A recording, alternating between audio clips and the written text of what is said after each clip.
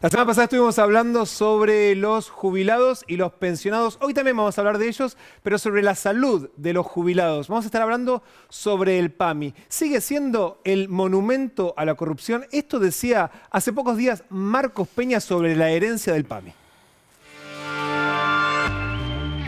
El PAMI, a nuestro entender, es una de las más escandalosas acciones de corrupción y mal manejo público y que hemos probado y probaremos y seguiremos probando en sede judicial. Nos encantaría que nos acompañe el Frente para la Victoria en poder investigar lo que ha sido la gestión del PAMI en los años que han terminado en el 10 de diciembre del 2015.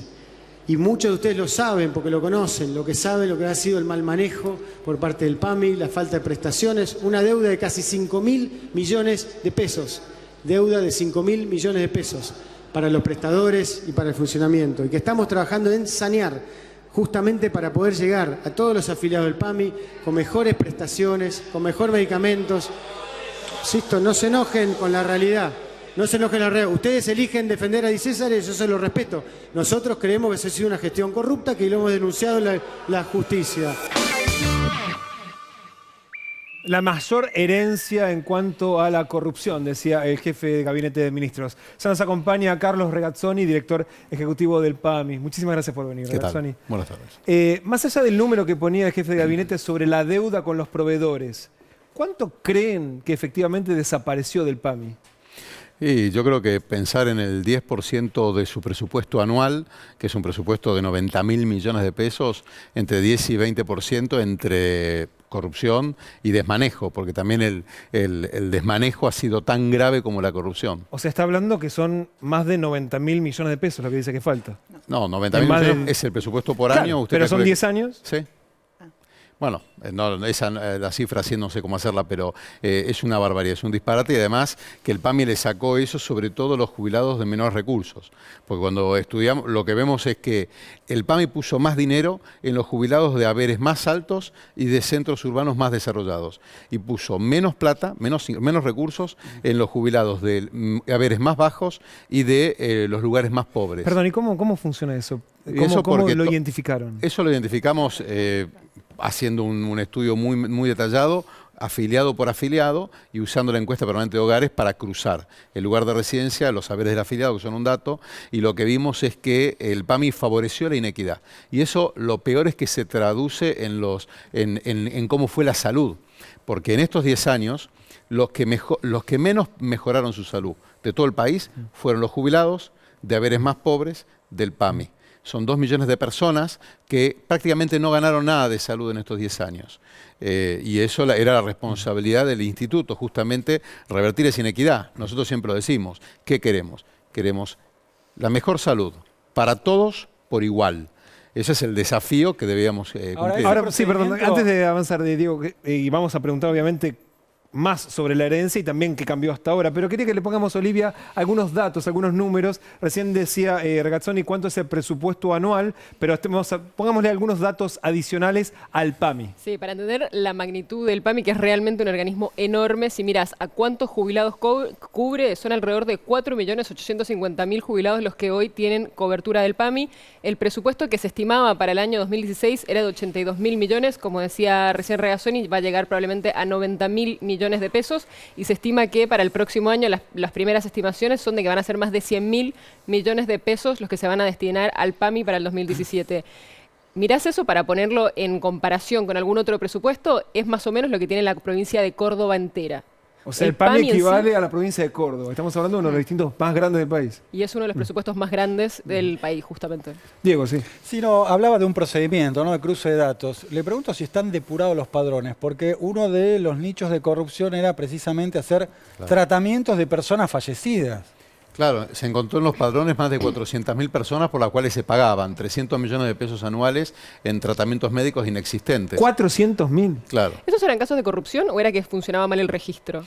No, están las dos. En el caso de los medicamentos, indudablemente están todos en manos de la justicia, y lo que eso era un acto delictivo. Se dejaban las personas a propósito en el padrón, aún fallecidas, y se les hacían recetas permanentemente, sobre todo de insulinas y de tiras reactivas. Eso le ha costado al PAMI decenas de millones de pesos por año. Perdón, ¿y eso ya está en la justicia?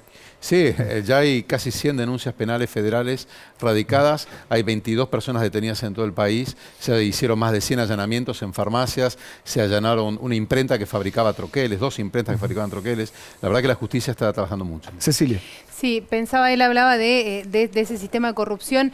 Ahora, también ahí los laboratorios, ¿qué papel jugaban? ¿Al laboratorio no le llamaba la atención que en una localidad pequeña hubiera una venta ridícula o extrema, de una cantidad ridícula de tiras reactivas o de insulina o lo que sea? ¿El laboratorio no hizo la vista gorda también en eso? Yo lo que creo es que, la justicia dirá quiénes tienen la responsabilidad, no es nuestro trabajo. Lo que sí es que tenemos la situación que tenemos en los hospitales públicos, como dijo María Eugenia Vidal, en la provincia de Buenos Aires, destruidos, 30 años sin invertir, y toda esa plata se iba para el lado donde no tenía que ir. Nosotros ahora queremos poner la plata de los jubilados en la salud de los jubilados. Y por eso ya estamos invirtiendo en 7 hospitales, prácticamente a nuevo. Se está haciendo camas nuevas en el Milsten, en el Rosario 1 y 2, los 2 policlínicos. Va a ser el polo sanitario uno de los más importantes de la provincia de Santa Fe. Vamos a invertir pronto en el EMSA, en el Eva Duarte, en Mar del Plata, que también va a ser un lugar de excelencia. Estamos inaugurando en breve el hospital de Esteban Echeverría, el Federico Leluar, que va a ser probablemente uno de los hospitales más modernos de la provincia de Buenos Aires, especialmente para nuestros jubilados. Porque entendamos que, como siempre lo decimos, el PAMI es la realidad de muchos argentinos, pero es el futuro de todos los argentinos. Y por eso es tan importante este trabajo de inversión, con camas nuevas. Disculpe que lo interrumpa. No, La pregunta es ¿cuándo? De hecho, porque hasta hoy sabemos que cuando se habla de la herencia, uno de los grandes problemas históricos del PAMI es la falta de camas para las internaciones, y esto tiene que ver con la inversión. Ahora, ¿cuándo va a cambiar esto? Hoy muchas veces una familia tiene que esperar varias semanas o hacer que una familia se desmembre porque mandan a la abuela a, no sé, Vicente López y probablemente son de la zona sur. Recién lo mostraban a Marcos, y Marcos dice siempre algo muy importante, que es nuestro problema no es con el pasado, nuestro problema es con el futuro. Y Mauricio lo decía en la reunión de gabinete ampliado hace 2 días. No hay lugar para los que quieran mirar para la derecha o para la izquierda, acá hay que mirar para adelante. No vamos a poder hacerlo de un día para el otro, pero ya se está mejorando. Les voy a dar un ejemplo.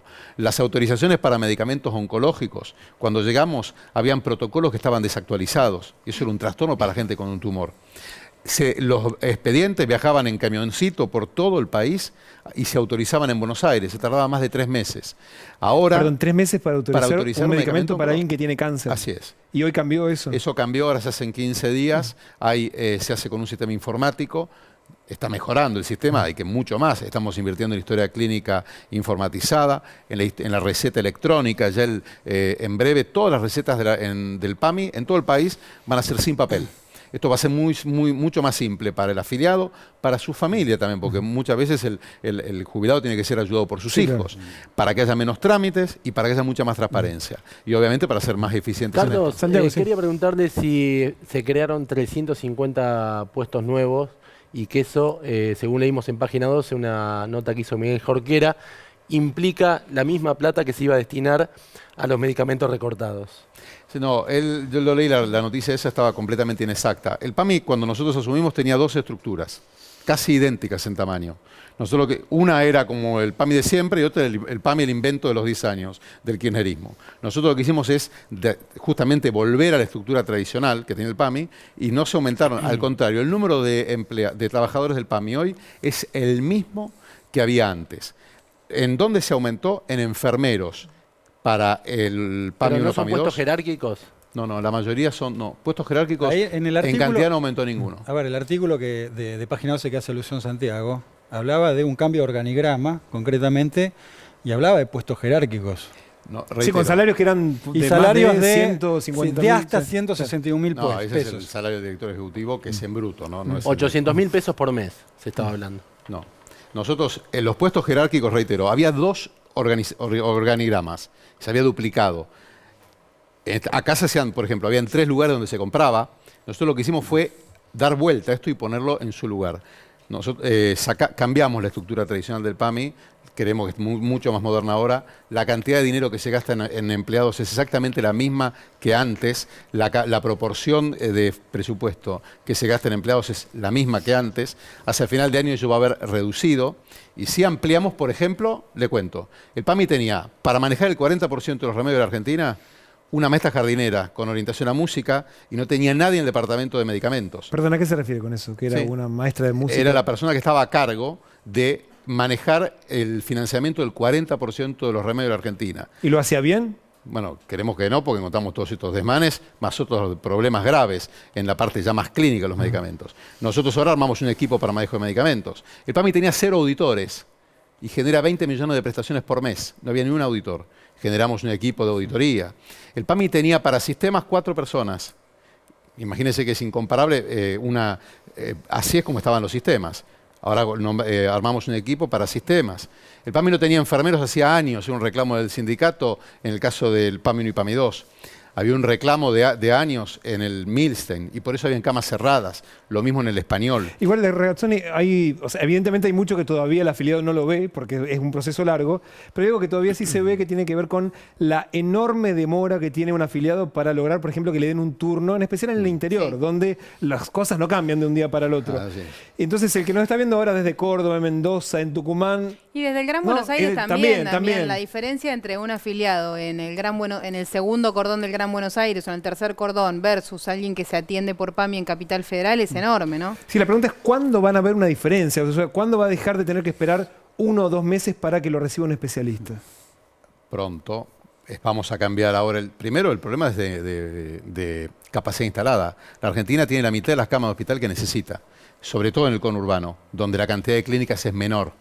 Entonces, lo primero que hay que tratar de hacer es cambiar esa lógica para que los prestadores empiecen a generar más capacidad instalada.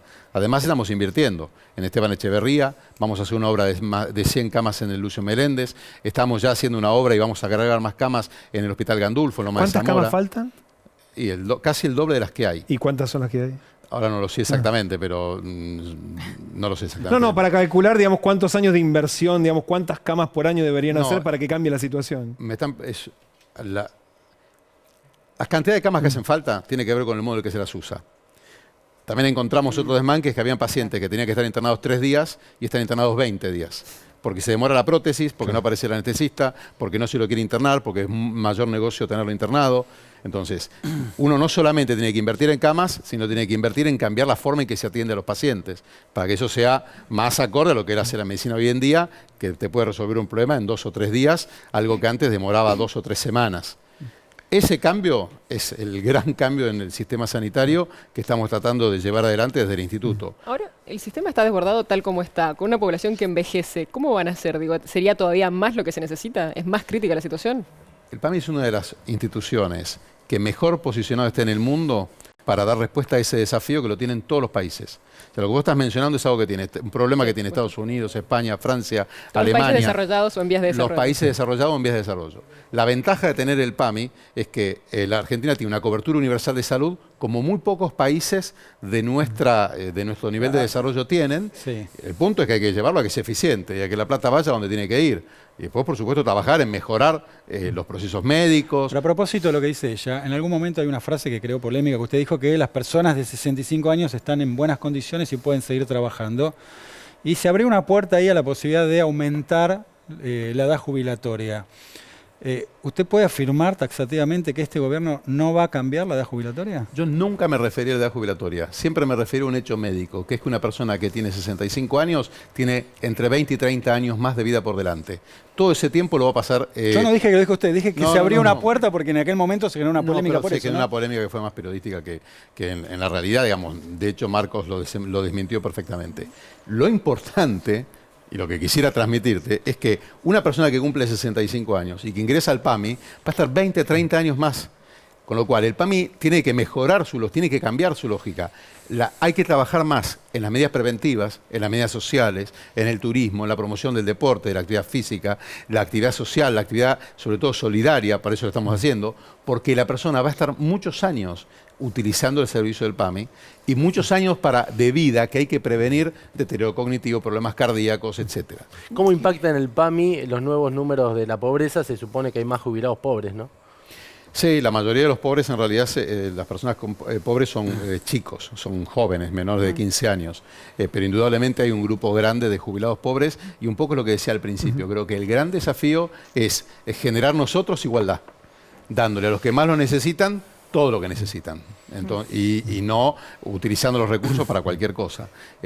Lograr eso, reitero, tiene que ver con lo que veníamos hablando antes del conurbano, tiene que ver con invertir en salud, tiene que ver con invertir en ambulancias, tiene que ver en invertir en sistemas.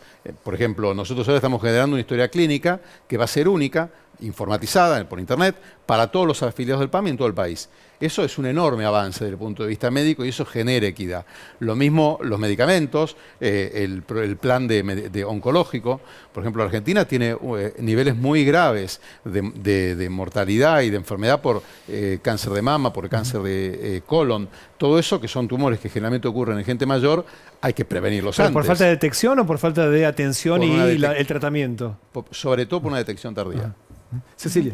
Sí, quería volver un poco al tema de la edad jubilatoria. De todas maneras, la semana pasada estuvo acá Emilio Basavilbaso y decía que él en lo personal creía que se tenía que ir a un formato más de opcional, donde cada persona se jubile a la edad que considere individualmente. ¿Qué posición tiene usted personalmente sobre el tema? Porque eso además tiene impacto directo en los aportes que recibe PAMI y en la manera de trabajar de PAMI, ¿no? A mí me parece que la gente tiene que tener cierto grado de libertad. Obviamente que esto está dentro de una ecuación que a mí me excede, que es una acción más bien que tiene económica y de mercado laboral. Pero yo creo que la gente tampoco es solo el trabajo. Mira, hay una cantidad enorme de cosas que uno puede hacer que no son necesariamente trabajar y que tienen un enorme impacto en la sociedad. Sobre todo lo que tiene que ver con la solidaridad. Y con la guía para los demás. Nosotros tenemos un programa hermoso que se llama Abuelos Lee Cuentos. El bien que hacen a la sociedad estos grandes, como le decimos nosotros a nuestros mayores, que leen cuentos en los colegios o en los lugares de recreación a los más chicos. Después en el PAMI tenemos una cantidad enorme de ballets, grupos de teatro, coros. Eso es una riqueza enorme para nuestra sociedad. Estamos tratando de favorecerlo. Después ahora estamos haciendo un programa para que los empleados del PAMI, los trabajadores del PAMI, junto con los mayores, vayamos a visitar a personas en los hospitales, en los geriátricos. El desafío enorme que significa lo que ustedes mencionaron, el envejecimiento de la población, solamente tiene una respuesta, acá y en cualquier país, la solidaridad. Ninguna sociedad le va a poder dar respuesta, y hay muchísimos, o sea, no es algo que inventé yo esto, le va a poder dar respuesta a este enorme desafío si no es promoviendo la solidaridad y la integración entre las generaciones. Otro tema, hace un ratito Cecilia traía el tema de los laboratorios. Si hay corrupción, hay porque un funcionario recibe y un empresario que paga. Los laboratorios son los mismos. Lo mismo que los que gerencian, no sé, un geriátrico o lo que sea. ¿Cómo hace el PAMI hoy para excluir o detectar a aquel empresario que contribuyó con la corrupción que no siga estando en el sistema? A algunos es difícil. Primero que entre la Argentina que dejamos atrás y la Argentina que viene, los argentinos somos los mismos.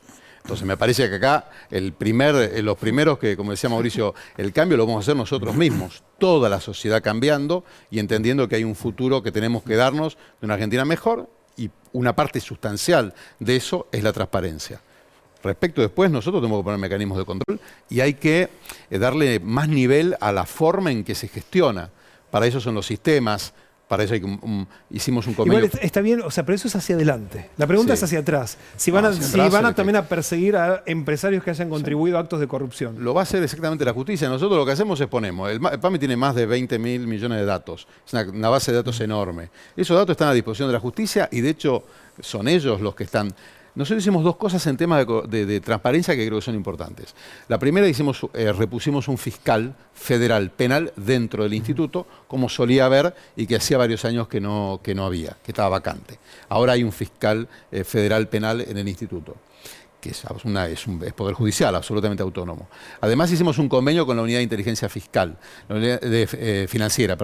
La Unidad de Inteligencia Financiera es ideal para encontrar lavado de dinero, este tipo de actos de corrupción. Estamos trabajando con la Oficina Anticorrupción para generar todo un mecanismo de transparencia en las licitaciones. En breve vamos a empezar a transmitir online en tiempo real las aperturas de las licitaciones. El PAMI es el primer organismo público que adhirió a la política de gobierno abierto del presidente Macri. Todos los actos de gobierno del PAMI están en internet hoy, más su presupuesto, y además hay toda una actividad didáctica para mostrarle a la gente algo que es muy complejo de manejar, de forma más sencilla, los datos, cómo se va comportando, qué vamos contratando, etcétera. Regazzoni, Diego, la última, sí. ¿está superado el faltante de medicamento? En algún momento no se proveía por falta de pago por parte del PAMI en algunas farmacias. ¿Eso está superado? Digamos, nunca el PAMI dejó de pagar a las farmacias.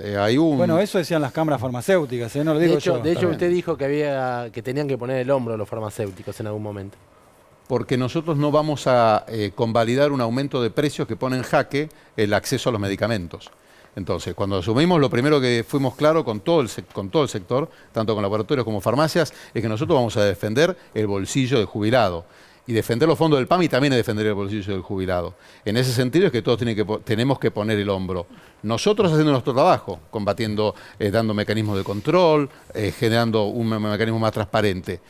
Ahora también los laboratorios y también los farmacéuticos. Porque no podíamos convalidar que se pagasen. Hay medicamentos que el PAMI financiaba tintura para el cabello. Así de fácil, tintura para el cabello. Esos son los 160 medicamentos Entre otros los 160 medicamentos, medicamentos que no se usan más en ninguna parte del mundo. Esto era un quebranto, esto hacía que, por un lado tenías eso, y por el otro lado tenías más de la mitad de las ambulancias rotas. Y ambulancias que demoran 18 horas en llegar al paciente. ¿Pero esos medicamentos se compraban efectivamente o era todo trucho y era una bolsa para sacar dinero del Estado? Además, hay toda una cantidad de medicamentos, de compras truchas, digamos, que son con insulinas y con medicamentos oncológicos. Estos eran medicamentos que efectivamente se compraban. Regazzoni, muchísimas gracias por haber venido. No, gusto. ¿Todo bien?